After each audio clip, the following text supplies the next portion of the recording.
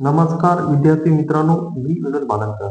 विद्यार्थी मित्रांनो, सध्या महाराष्ट्र राज्यामध्ये नागपूर येथे हिवाळी अधिवेशन चालू झालेले आहे. 8 डिसेंबर 2025 पासून हिवाळी अधिवेशन चालू झालेले आहे.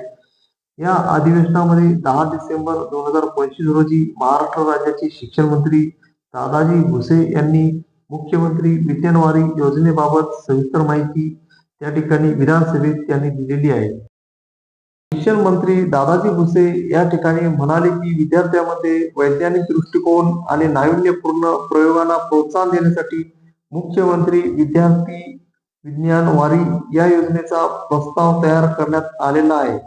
या तालुका स्तरावरील विज्ञान प्रदर्शनामधून निवड झालेल्या 21 विद्यार्थ्यांना नागपूर, पुणे, मुंबई येथील सायन्स सेंटरमध्ये तसेच जिल्हा स्तरावरून उत्कृष्ट कामगिरी करणाऱ्या 51 विद्यार्थ्यांना बेंगळुरू येथील इस्रो येथे अभ्यास भेटीस पाठवण्याचा प्रस्ताव आहे. त्याचप्रमाणे राज्यस्तरीय 51 उत्कृष्ट विद्यार्थ्यांना नासा, अमेरिका येथे पाठवण्यात येणार आहे. म्हणजे राज्य स्तरावरील 51 उत्कृष्ट विद्यार्थ्यांना अमेरिकेमधील नासा सेंटरवर या ठिकाणी पाठवण्यात येणार आहे. ही योजना लवकरातच लवकर मंत्रिमंडळामध्ये मंजूर झाल्यानंतर महाराष्ट्र राज्यामध्ये लागू करण्यात येणार आहे.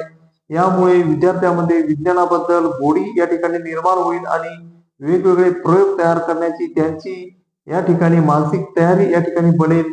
याचा लाभ त्यांना विज्ञानवारी मध्ये गेल्यानंतर विविध सेंटरवर भेटी दिल्यानंतर तेथील नाविन्यपूर्ण प्रयोग पाहून त्यांच्यामध्ये एक सायन्स बद्दल एक बदल त्यांच्यामध्ये या ठिकाणी घडून येईल.